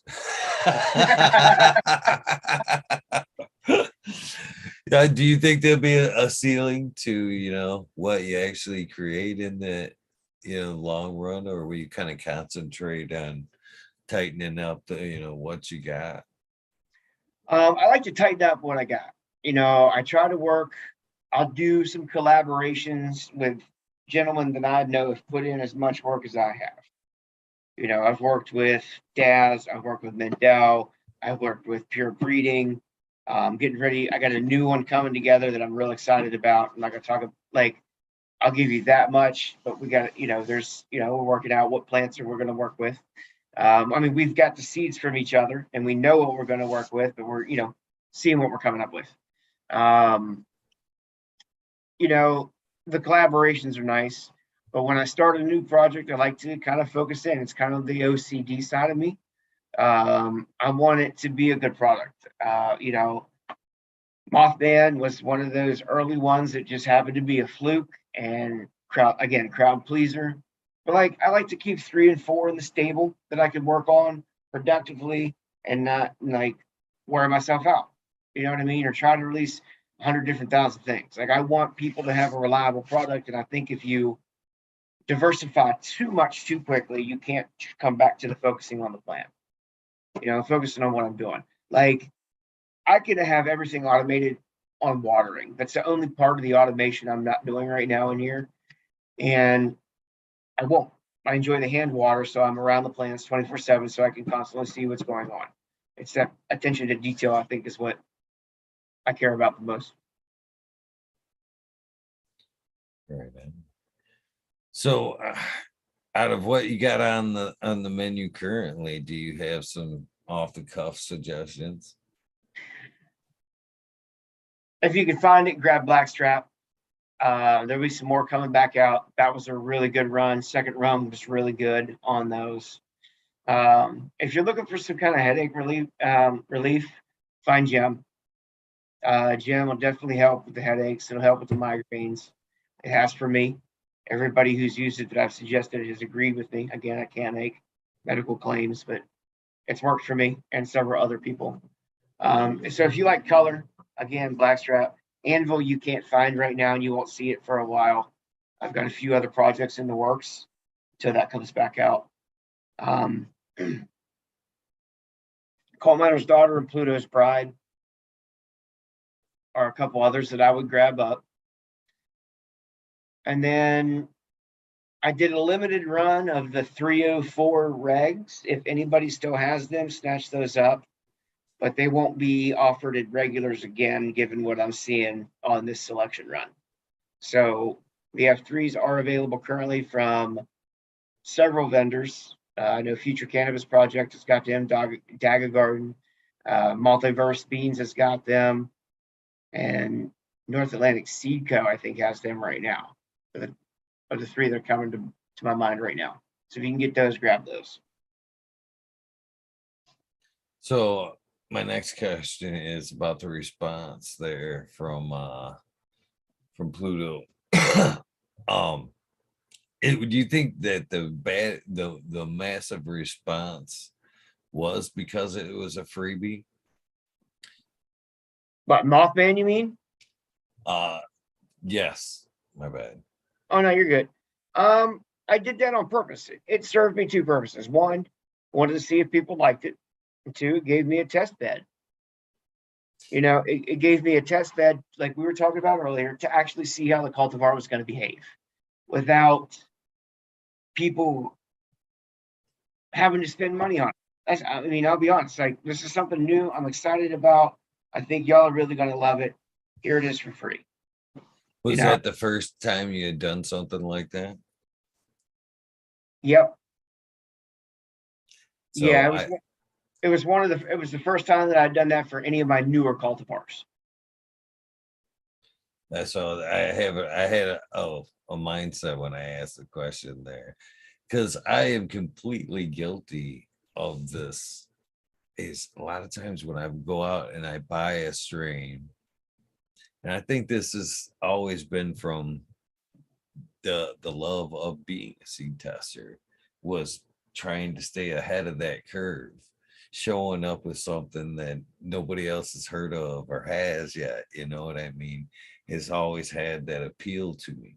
So anytime I've forked out money for some seeds, you know what I mean, maybe following a trend, or maybe I've tried some good cannabis. I didn't want to source a clone, so I went out and bought the seed. When I get that freebie, fucking 9 times out of 10, I'll toss it what I bought right in the case, and I'll go to that fucking freebie, because I think nobody's got this. You know what I mean? Right. So do you think that's what was, part of the response there, is you had so many, going, ain't nobody heard of this before. I want, you know what I mean? That so everybody threw them down and was pleasantly surprised. They had was nice enough. And that's another thing too, when you get that test back, nod back to, give them that feedback. A lot of times when testers pass out, they don't get that feedback, so I'm glad you did. But do you think that was part of it, is because people just want to stay ahead of the curve, I guess? Is that a little bit of it, you think? I think so. I think, it was new. It was something that I had released. People loved the name. You know what I mean? They loved the name. They loved they saw me grow it. You know what I mean? They saw me grow it. They saw me select from it. I think it's because people wanted to be ahead of the curve, and people believed in what I was doing too. Something new, something different, and offered it up just to give it a chance. And that's one thing we openly speak about often. Like, people are like, well, where can we get it? And like, one of the most common responses I put was like, this was a freebie for a test bed. Like, now that we see that it's good, we'll be releasing it. But like, yeah, it was different. It was unique. It had a great name, and nobody had it yet. It was a limited release. Wasn't a lot of them available. I made it available to a couple of my, a few of my seed banks, and people loved it up. I had folks actually tell me they bought seeds just to get the freebies after people started seeing grown ones come out. You know what I mean? Oh, I can see it. I'm that guy, obviously.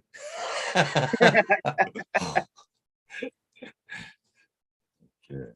Oh shit, man! It is 10:30, and I'm not trying to be rude. Like, I could honestly Mhm. go on for hours, but I got a couple things I got to wrap up for the night. I bet you one of them is take care of that puppy. Uh, Right. And a lot of watering to do. so just a couple of things before we go, my friend. I don't know how much you've checked out the channel and what goes on here. Few different aspects of the channel here, a few different shows. One is this here, where we kind of get to know people in the cannabis community, the breeders, the growers, from the full spectrum of each. And then of course what I like to call the weed nerd world, which is like a panel style show. And how that works is you have to do this. We have to get to know you first. We just don't let anybody in. Right. No, that's fair. I get it. I get it. So the Zoom link that I sent you this evening, that's how I couldn't figure out how I fucking sent the wrong one the other day. I'm like, how that's never fucking happened. It's 700 plus episodes. I thought I'm getting this down. I couldn't know. I was completely embarrassed. But the one I sent you is always good, and is your ticket to the weed nerd world. Anytime you see, it come pop up in your feed or whatever, if you want to subscribe, if not, or just checking out the channel and it's a weed nerd world. We're talking about whatever, and it applies to you, and you want to come hang out and smoke a joint and drop some knowledge, or just be part of the conversation, feel free. It's how the weed nerd world works, and that's how information and good times get shared. So you're always welcome. At this point, no invitation needed. It's a come and go as you please. type thing here on the channel when you see a Weed Nerd World. And of course, the third aspect of what you usually will see here on the channel is the organic takeover. Hint, Smiley, it's way past overdue, where he interviews great people in the cannabis community and talks about organics and their practices thereof. So hopefully you check out the channel. Hopefully you come back, hang out a little bit. And the final thing I'd like to get from you is a little thing I call the soundbite. At some portion, it will be a commercial for past episodes. They're starting to build up, so I like to release the sound bites here and there to try to get people to go back and look. You know what I mean? At past episodes and the great times we've had. So basically, what I'm looking for, my version thereof would be, hey, this is Eagle and I'm on fucking talking shit with Eagle, episode 787. You can say whatever you want before or after, as long as it's got that in the body somewhere. I'm more than grateful, and I am ready right now, my friend. Hey, I'm here sitting talking shit with Eagle tonight, and what was the episode again? 797. 787. 787. And you got to check out fucking Gnome Automatics. I hope so, man. Definitely a lot of fire on that page, and I hope to come across some myself real soon. So with that being said, thank you for your time. It's the most valuable thing we have, and I look forward to hopefully conversating with you sometime soon. You have a wonderful evening, my friend. You too, man. Thank you for your time tonight. Right on. For the rest of you guys, don't forget to do something nice for somebody. Random acts of kindness do save lives. And on that note, we are out of here. Have a good night. One more time, my friend.